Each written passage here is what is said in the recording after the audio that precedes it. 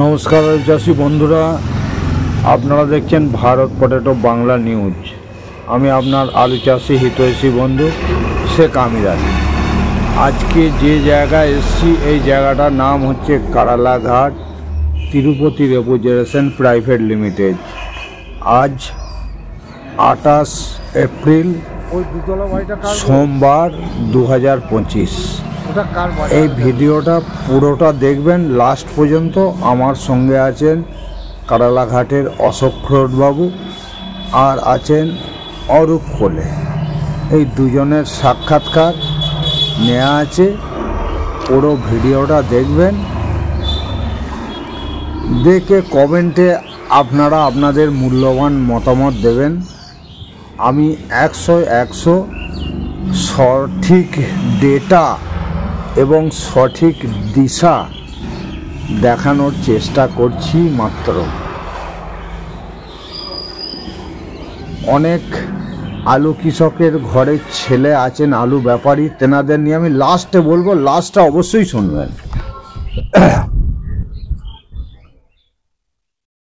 নমস্কার অরূপবাবু। নমস্কার। তো অশোকবাবু, আপনি প্রথমে আপনার পুরা অরূপবাবু প্রথমে আপনি আপনার পুরো পরিচয়টা দেন আর এই জায়গার যে কি ঠিকানা আছে ডিটেলসটা বলে দেন একটু। আমার নাম অরূপ কোলে। আমি কারালাঘাট স্থায়ী আলু ব্যবসায়ী সমিতির একজন সদস্য। আমাদের এই যে স্টোরটা দেখছেন, এই স্টোরের নাম হচ্ছে কারালাঘাট তিরুপতি রেফ্রিজারেশন প্রাইভেট লিমিটেড। এই স্টোর আমাদের 6,30,000 চেম্বার। এই স্টোর বিগত 2 বছর লোড হচ্ছে না, আবার এবছর যে লোডটা হয়েছে 1,06,000 প্যাকেট লোড হয়েছে 6,30,000 ক্যাপাসিটির মধ্যে। আমাদের এখানে স্টোরটা লোড না হওয়ার পিছনে আমাদের এই স্টোর সংলগ্ন যে এরিয়া, সেখানে আমাদের অকাল বর্ষণে বিপুল পরিমাণ ক্ষতি হয়েছিল। যে ক্ষতিটা আমাদের এই স্টোরটা তার বহিঃপ্রকাশ ঘটেছে, যার জন্য আমাদের জামালপুরে বছর আপনি আইডিয়া করে চলে নেন, চলুন 30% আলুতে লোডিং হওয়ার আগে যে বৃষ্টিটা হয়েছিল অকাল বর্ষণ, তাতে 30% লোকসান ছিল আমাদের এলাকায়। 30% আমাদের লোকসান ছিল। আমাদের এই জামালপুরের যে আলু প্রোডাকশন হওয়ার কথা, সেই প্রোডাকশনের উপরে 30% আমাদের অকাল বর্ষণে আলুটা নষ্ট হয়ে গিয়েছিল সিল বা বৃষ্টিতে। আচ্ছা।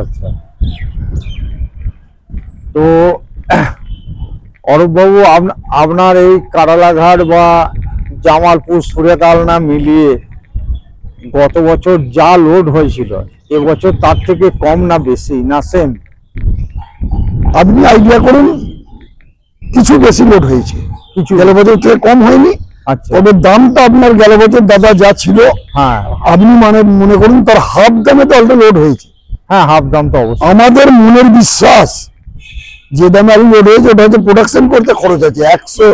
1 বিঘে জমি আলু চাষ করে ওই আলুটাকে ভেঙে কোল্ড স্টোরেজ করতে গেলে, আমরা চাষির বাড়ির ছেলে, আমরা চাষকে সঙ্গে চাষ করে আমরা আলু ব্যবসা টুকটাক করে যে করি ছোটখাটো ব্যবসা, তাতে করে আমরা দেখেছি 1 বিঘে জমি আলু চাষ করে আলু চাষ করে ঢোকাতে 40,000 টাকা খরচ আছে। আর আলুটা খরচ আছে আপনি ধরে নেন 42 থেকে 45,000 টাকা আলুটা তখন স্টোরে লোড হচ্ছিল। আমরা আশা করছি এবছর যা আলুটা মানুষের যা আলুটার প্রথম থেকে চাহিদা, আজকে বৈশাখ মাসের 1 তারিখে এত স্টোর খোলা আমি কোথাও কোনোদিন আমি আলুর দুনিয়াতে আমি দেখিনি। আপনার বৈশাখ মাসের আজকে 15-16 তারিখ আমাদের জামালপুরে স্টোর খুলে গেছে। আর আলুর যা প্রথম থেকে যা চাহিদা, তাতে করে এই আলুর আমরা ভাবছি আরো 1 মাস, যেটা আজকে ধরে নেন আপনি এপ্রিল মাসের আজকে শেষ 27 তারিখ, হ্যাঁ, এইটা আপনি মনে করুন মে মাসের 20 তারিখের পরে এই ডিমান্ডটা এর ডেরা বাড়বে। আর যখনই ডিমান্ড বাড়বে, আলুর যে তলানিতে দাম আছে এই দাম কিছু ঊর্ধ্বমুখী হবে। চাষির লোড আছে আলু, চাষির মাথায় ভগবান আছে, আলুতে লাভ হবে এবছর। আচ্ছা, আপনাদের এদিকে মাঠে আলুর গাদা থাকে নাকি? না, আমাদের দিকে গাদা থাকে না, যদিও অল্প কিছু কেমন থাকে, এবছর সেটাও ছিল না। সেটা আমাদের কারালা বাজারে আজকের দিনে বৈশাখ মাসে যদি আপনি বাজারে আলু কিনবেন মনে করেন, তাহলে আজকের দিনে 200 প্যাকেট আলু জোগাড় করা যেত অন্য বছরগুলোতে। হ্যাঁ, আজকের দিনে আমাদের কারালা বাজারে, আজকে নয়, বৈশাখ মাসের 5 তারিখের পরে এমন আলুটা নেই যেটা কারালা বাজারে 2 প্যাকেট আলু এসে বিক্রি হবে। কেউ কিনতে গেলে অন্য জায়গা থেকে খাবার আলুটা জোগাড় করে নেয়, মানে তাদেরকে। তাহলে আজকে আজকে যে দামটা আছে, হ্যাঁ, আজকে ধরুন আজকে গোঘাটে দাম বেড়েছে, গোঘাটে আজকে দাম বেড়েছে, গোঘাট, শ্রীনগর, কতুলপুর, আজকে সমস্ত মোকামের দাম বেড়েছে। তাহলে আপনি যেহেতু এই চ্যানেল হচ্ছে আলুর চাষি হিতৈষী চ্যানেল, হ্যাঁ, আমি সবসময় চাইবো যে আমার চাষি পয়সা পাক। একদম সঠিক কথা বলছেন। তো চাষিকে আপনি কি সুপরামর্শ দিতে চান? চাষি, আমি বলি, চাষি কি মাস থেকে আলুটা বিক্রি করলে চাষি ভালো দাম পাবে, এটা আপনার যে অভিজ্ঞতা সেটা আপনি একটু শেয়ার করুন। আমার অভিজ্ঞতা যেটা আছে, এবছর যা সিচুয়েশন আলুর উপরে আছে, যা আলুর প্রথম থেকে যা ডিমান্ড দেখতে পাচ্ছি, তাতে করে আপনি জানুন আর একটা মাসও লাগবে না। 20টা দিন চাষি যদি নিজের আলুটা সংরক্ষণে আলুটা বাড়িতে রাখে, 20টা দিন 25টা দিন পরে বিক্রি করুক, চাষি এর উপরে যে দামে লোড হয়েছে তার উপরে 100 থেকে 150 টাকা প্যাকেটে লাভ করতে পারবে 1-1.5 মাসের মধ্যে। 1-1.5 মাসের মধ্যে চাষি 1 থেকে 150 টাকা প্যাকেটে লাভ করবে। আর যত বর্ষা হবে, আপনি কি ওই গাদার আলুটাকে রাখতে বলছেন না? গাদা আলুটাকে বেছে দিক, কারণ এটা যেটা আছে গাদার যদিও কাউরির থাকে, আর তো আমাদের দিকে তো নেই, যেগুলো আপনার পুরসুরার এইদিকে যেগুলো থাকে তারা এই আলুগুলোকে দিয়ে দিক। কারণ এবার অকাল বর্ষণ বৃষ্টি ওগুলো ক্ষতি হবে লাভের থেকে, ওগুলো দিয়ে দিক। দিয়ে স্টোরে যে আলুটা সংরক্ষণ করে চাষি রেখেছে, এবছর আমার তো মনে হয় চাষি 80% আলু চাষিরই আছে স্টোর লোডিং এ। তা সেই আলুগুলোকে আস্তে আস্তে বেচা কেনা করুক, যত লেটে যাবে দাম আস্তে আস্তে ধীরে ধীরে বাড়বে। আলুতে তাড়াহুড়ো করে বিক্রি করে দিয়ে বেরিয়ে চলে যেতে হবে, এইরকম কিছু দেখার মতো এবছর নেই। আলুর ডিমান্ডটা আরো 15-20টা দিন পরেই বাড়বে।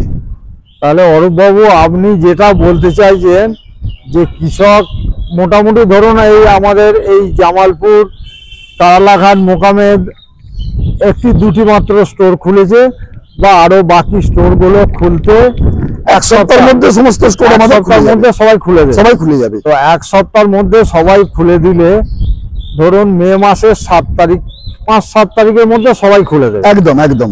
তাহলে কৃষক কি জুন মাস থেকে আলু বিক্রি করলে কৃষকের সুবিধে, ভালো দাম পাবে? একদম ভালো দাম পাবে। মে মাসের শেষ থেকেই বেচুক, নাই থেকে আরো 20টা দিন পরে, মে মাসের 20-25 তারিখের পরে বেচুক। তাহলে যত স্টোর খুলবে ডিমান্ড তত বাড়বে। তাহলে আপনি যেটা বলতে চাইছেন, মে মাসের 25 তারিখের পর থেকে চাষিরা আলু টুকটাক করে চাষি আলু একবারে বিক্রি করে দেবে না, প্রত্যেক মাসে কিছু কিছু কেমন করে প্রত্যেক মাসে বেচুক।